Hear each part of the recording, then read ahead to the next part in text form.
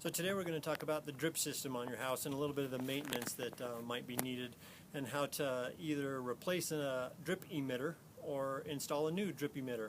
So down below me here we've uncovered one, and what we've got outside going through a mulch area like this is the main line for the drip system, which is this line right here.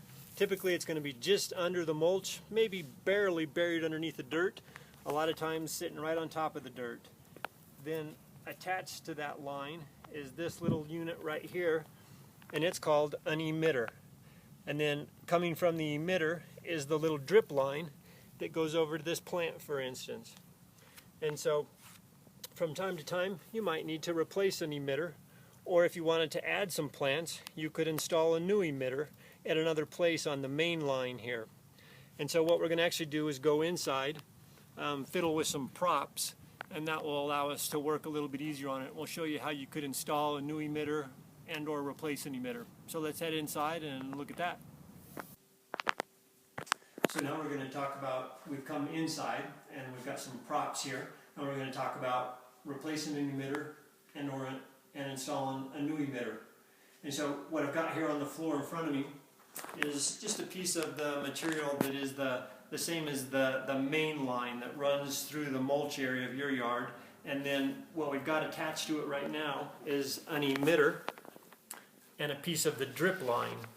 And so you've got multiple of these emitters attached to this main line going through the mulch area, and then at each plant there's an emitter and a various length of this tubing that would go to a plant, and the dripping would come out of the end here at each plant. And what I've got here in my hands, in this hand here, are a couple of the emitters themselves. These will plug into a hole that we're going to create in the main line. They make emitters in different ratings. They're rated in gallons per hour. How many gallons per hour does this emitter put out? And they've got emitters that do half a gallon per hour, and emitters that do a gallon per hour, and ones that do 2 gallons and 4 gallons.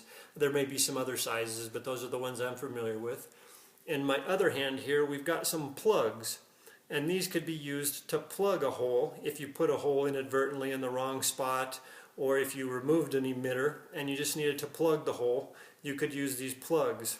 And so we're going to show you how you're going to make a hole, how you could then put an emitter into it and attach a little bit of line to it if you wanted to add an emitter.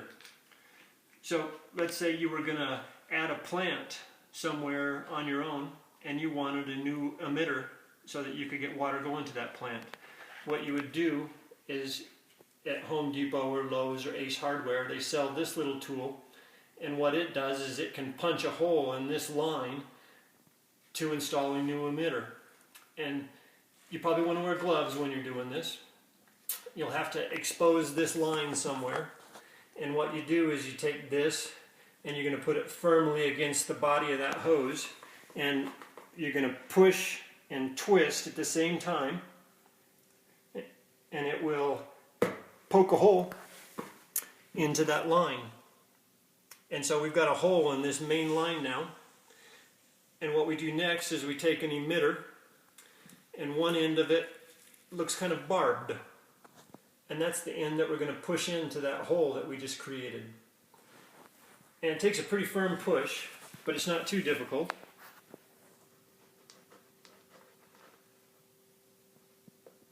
And so that emitter is now plugged in to the main line there.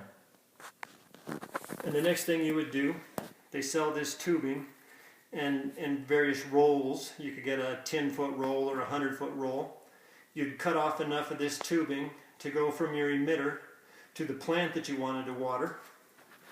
Simply put the tubing on the other end of the emitter here.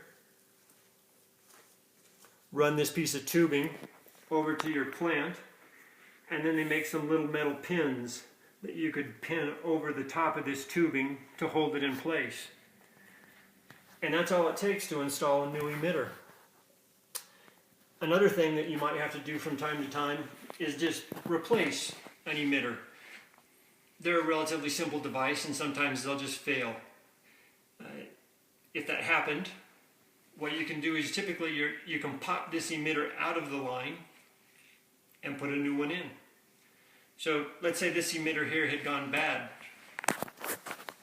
What you can typically do, and it doesn't have to be a pair of pliers, and these are a little bit odd shaped pair of pliers, but it doesn't have to be a pair of pliers, a putty knife or a little pry bar. You're going to sort of get behind this emitter and then just gently pry it out. I'm kind of rocking back and forth here with the two tips of this pliers until that emitter pops out.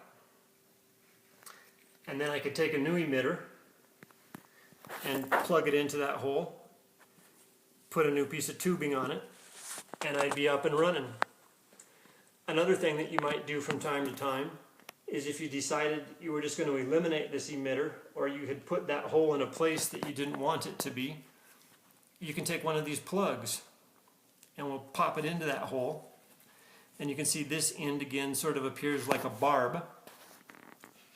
And so what I'm going to do to plug that in there is just grab the other end of it with these little pair of pliers. It's hard to hold them with your hands, and I've got this held pretty tight, and you just rock it back and forth, force it in there, and now that hole is plugged. And it's as simple as that to plug a hole, or to add an emitter, or to replace an emitter. And from time to time you might end up doing that.